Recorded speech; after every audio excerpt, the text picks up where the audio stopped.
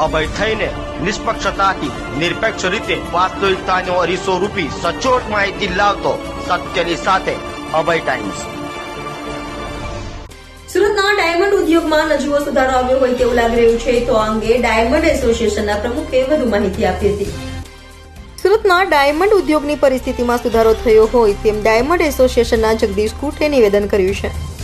Diamond એસોસિએશનના પ્રમુખે જણાવ્યું હતું કે ઉઠવણાની વાત જૂની છે। 2021 થી 24 સુધીમાં 24 ઉઠવણા સામાન્ય છે। વર્ષે એવરેજ 5 થી 6 કિસ્સાઓ તેજીના સમયમાં પણ બનતા હોય છે। અત્યારે તમામ યુનિટ ધમધમી રહ્યા છે। રત્ન કલાકારોને રોજગારી મળી રહી છે। સુરતમાં વધારે પતલી સાઇઝના ડાયમંડનું પ્રોડક્શન થાય છે અને તેના પર G7ના દેશોએ પ્રતિબંધ મૂક્યો નથી, જેથી હાલ લેબગ્રોન ડાયમંડ આ ઉદ્યોગને ઓક્સિજન પૂરું પાડી રહ્યો છે। દિવાળી બાદ ડાયમંડ ઉદ્યોગની પરિસ્થિતિમાં સુધારો થયો તેમ કહ્યું હતું।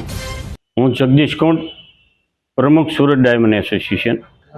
ઉઠમણાની વાત છે તે બહુ જૂની વાત છે। 2021થી 2024 સુધીમાં જે ઉઠમણા થયા છે 24 એટલે બહુ મોટી વાત ન કહેવાય। તેજી પીરિયડમાં પણ એવા ઉઠમણા થતા જ હોય છે, કારણ કે વિશ્વાસથી ચાલતો આ બિઝનેસ છે, એટલે ક્યારેક લોકો વિશ્વાસઘાત કરીને આવી રીતે લોકોના નાણાં ફસાવતા હોય।